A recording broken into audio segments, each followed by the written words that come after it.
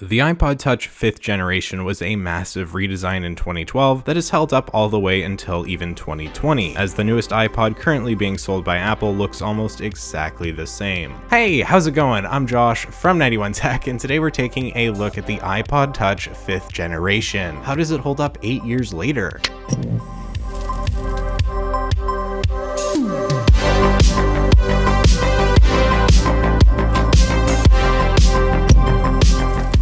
The iPod Touch line had gotten kind of stale by the time this iPod came out in 2012. The iPod had always looked the same. It had a stainless steel backing and a small 3.5-inch display, which wasn't bad by any means for the time, but it was starting to feel old. The iPod Touch 5 was a big change, being slimmer, sleeker, aluminum, colorful, bigger. It was quite the upgrade and improved the iPod line in every way. But 8 years later, this thing is slow, has terrible battery life, and is completely unsupported. Actually, this iPod's been problematic ever since 2015 when iOS 9 came out, as the software was just too much for the iPod to handle. It feels slow and just doesn't have the power needed for the software, making a brutal experience for users. Unfortunately, this isn't the only device ruined by iOS 9. The iPhone 4S, the iPad 2, and the iPad 3, and the first iPad mini all shared the same fate. That said, this iPod does hold up in a few ways, namely the design, so let's start there. The iPod Touch has an aluminum body that comes in a variety of colors: pink, blue, yellow, silver, and black and slate. The black and slate was updated the next year to space gray, which is the one I have, as unfortunately with the black and slate, as much as I liked it, it had a problem with the paint kind of peeling away. This was the same thing with the iPhone 5 and the first iPad mini. There is also a special edition red color that can be a bit harder to find nowadays, but is still out there if you want to look for it. Here's where things get interesting. There's also a 16GB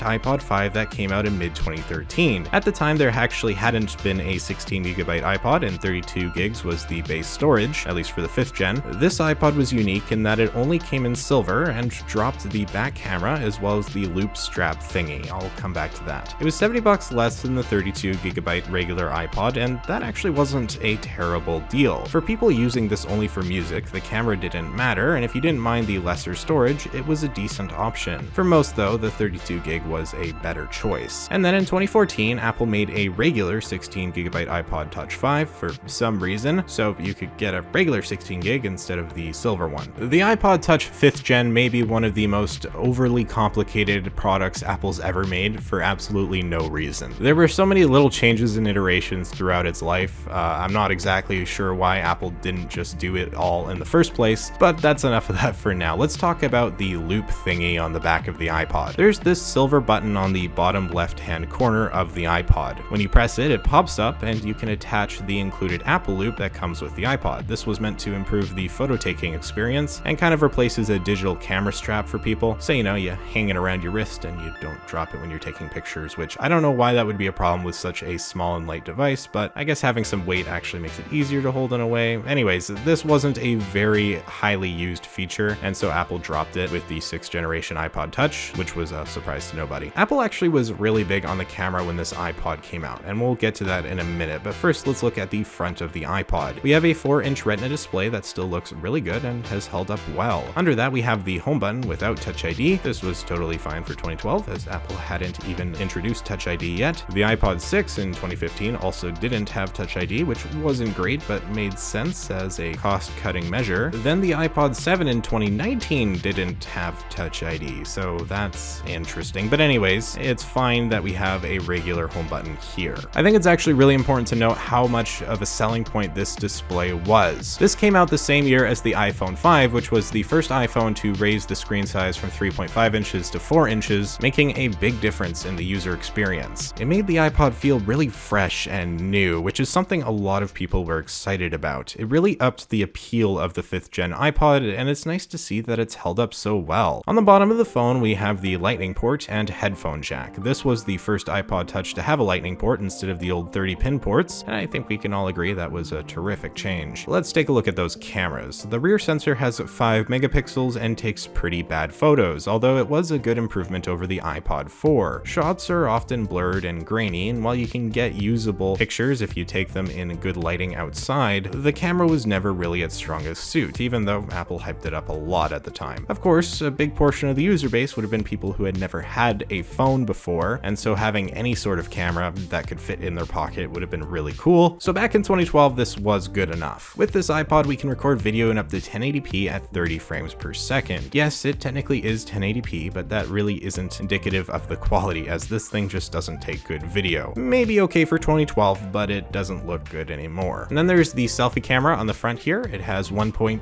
megapixels, which was pretty standard for the time, and even though this is a pretty rough selfie, I think considering how old this iPod is, I can give it a pass. Overall, the most exciting thing about this iPod's camera is that it has a camera. The iPhone 4S and the iPhone 5 took much better photos, and while I understand that Apple wanted to have a worse camera in order to reduce the price tag, I think it would have been really nice if they had put the 4S camera into the iPod 5. It would have really improved things, but they didn't, and so we're stuck with 5 megapixels. That said, by far the weakest and worst aged aspect of this iPod is the tech specs. It holds Apple's A5 chipset and 512 megabytes of RAM. These were the same specs as the iPhone 4S, and as a result, the iPod shared the same fate. It received support all the way from late 2012 to late 2016, which is a solid 4 years. But unfortunately, it ended its life on iOS 9, a version that was brutally slow on the A5 chip, and especially only a ½ gigabyte of RAM. In all fairness, it being updated longer meant the iPod was capable of downloading current apps for a long time. And even now, while it can't download the most recent versions of apps so much, what you can get is still fairly current, as this iPod hasn't been unsupported for that long. This iPod does not perform well in 2020, if we feel like understating it. It's brutally slow on iOS 9 to the point where it's practically unusable, and it's not just the specs that hurt it. The battery has not held up well over the years, and you're going to be lucky to get more than a couple hours on a single charge. Up until a couple years ago, my cousin was actually still using a 5th gen iPod, and I have no idea how he managed to do it. But he did, and to say he had a rough time would be putting it very, very lightly. From the battery life to the poorly aged camera to the painfully slow software, the iPod Touch 5 has held up terribly 8 years later. That said, for the time, it was a huge step up from the iPod 4 and appealed to a very large audience. It made perfect sense for younger teens and those just not ready to get a phone yet, bringing a sleek modern design that looked spectacular in 2012 and is practically identical to what Apple is still selling today. This iPod Touch stands out for being so different when it came out and managing to keep iPods relevant for at least a bit longer as smartphones continued to rise in popularity. I never had this iPod when I was younger, but I'm sure a good few of you did. How old were you when you were using it? Is anyone still somehow using it? Let me know in the comments down below. I think I'm pretty much done here. I like the design of this iPod a lot, and I think it could have been a lot better if Apple had limited its updates till iOS 8. It would have kept the experience faster and more usable for the massive amount of people still using it at the time. But like with the 4S, that just wasn't the case, so now in 2020, this iPod unfortunately doesn't hold up as well as it could have. But hey, at least it looks practically identical to the newest iPod, so there's that. If you found this video interesting, maybe hit that like button and consider subscribing for more content just like this. You can follow me over on Twitter and Instagram at 91_tech if you'd like to for some reason. With that all being said, thank you so much for watching. I'm Josh from 91tech, and I will see you all next time.